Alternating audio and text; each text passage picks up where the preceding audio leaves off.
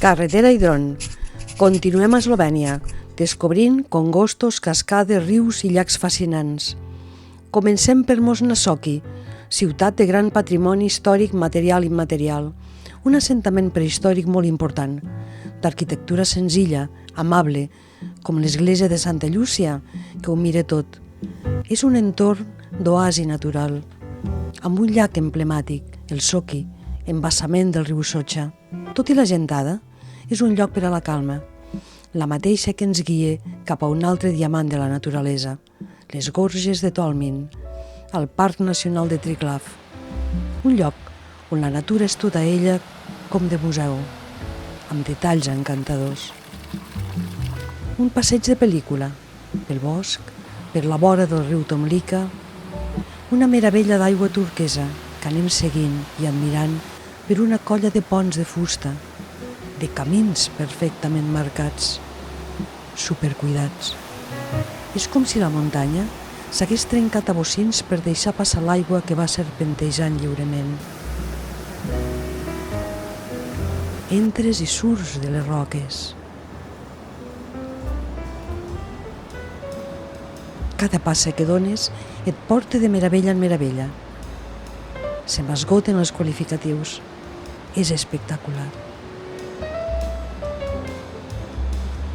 Els camins, els ponts, són comodíssims, supercuidats, destacant la verdor, l'art propi de la natura, per seguir sense presses, escoltant la calma, el silenci,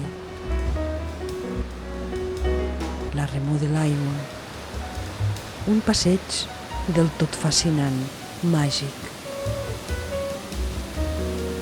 Però hem de marxar. Estem impressionats. Diem adeu, adeu pont del diable.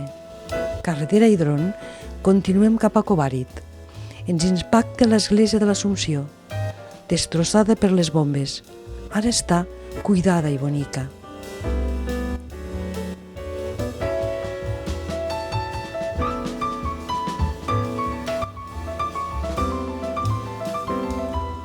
Com la ciutat que no oblida la guerra del 17 i les morts. És una gran productora de mel i també en fan un art. Estem a la vall del Socha i recorrem el riu que continua creant mons impressionants. Hem d'arribar a la cascada. Comencem una ruta de conte cap a la cascada Kotjak per ponts de fusta, xulíssims, paisatges de blau turquesa, espais de postal plens de banyistes, salts d'aigua bonics i sorollosos, espectaculars, en camins molt cuidats, en entorns idíl·lics, tot per recórrer sense pressa, admirant tot el que vas trobant. A poc, a poc, anem pujant pel caminet marcat. No hi ha pèrdua possible. Anem cap a la joia més fotografiada de totes, la cascada de Kotjak. Diuen que és una piscina natural de color turquesa. És cert, és preciosa. El riu també continua el viatge i ens va acompanyant. Tirem cap a Bobek, carretera i dron, a buscar un altre prodigi d'aigua i roca, la cascada Boca. L'admirem des de la carretera. El dron ens hi va tensant a poc. És impressionant. 144 metres d'alçada, 18 d'amplada. Diuen que és la cascada que porta més aigua d'Eslovènia. No ens cansem d'admirar-la i ens deixa sense paraules. Però hem de dir-li adeu.